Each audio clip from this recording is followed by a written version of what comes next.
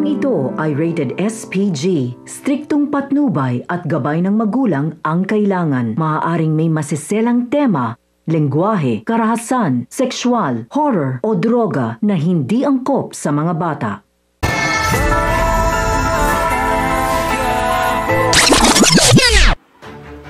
Mga dapat nating abangan sa FPJ's Batang Quiapo.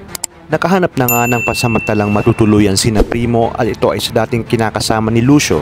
Sa una ay magagalit ito kay Lucio dahil sa tagal umanong panahon ay hindi ito nagpakita. At ngayon bigla na lang ito susulpot na may kasama. Samantala, tuloy na ngang gaganti ang tadhana kay Rhoda dahil sa kanyang pag-uwi galing bangko dala ang lahat ng kanyang pera ay papasukin naman ito ng grupo ni Kidlat. At dahil manglalaban si Rhoda ay masasagi ang kandila sa kanyang kama. Dahil lang kung kahit matutusta ang kanyang mga pera kasama na ang kanyang buong bahay. Dumating man ang bumbero ay huli na ang lahat para kay Rhoda dahil tusta na ang lahat ng kanyang ari-arian at pera. Sa kabilang banda, tinanong naman ni Mokang si Ramon kung ano ang magpapasaya sa puso nito.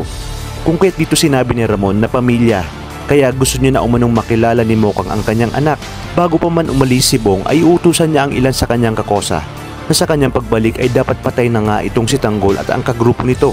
Kung kaya't dito magsisimula na ang mas malaking riot at bakbakan sa loob ng bilibid kung saan may mapupuruhan sa mga kasamahan ni Tanggol. At dahil sumablay na naman si Bong sa kanilang target ay wala ngang nagawa si Chef Espinas kundi palitan si Bong at si Tanggol ang napili niyang pumalit bilang kanyang hitman. Kinabukasan ay ibinigay ni Chef Espinas kay Tanggol ang sobre na naglalaman kung sino ang kanyang mga itutumba.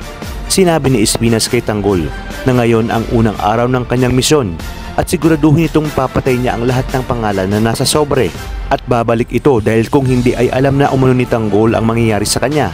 At nang naisagawa na nga ni Tanggol ang kanyang unang misyon ay agad namang napabilib si Chef Espinas dahil sa malinis magtrabaho si Tanggol kasama si Bubbles kung kaya't lalong nanggagalaiti si Bong at hindi na siya nagdadalawang isip na makipagpatayan kay Tanggol.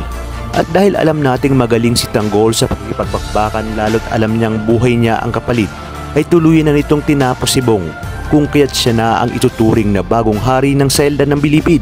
Sa inyong palagay, ano kayang gagawin ni Espinas sa oras na malaman niyang anak pala ni Ramon Montenegro si Tanggol at balak itong ipapatay ni Olga?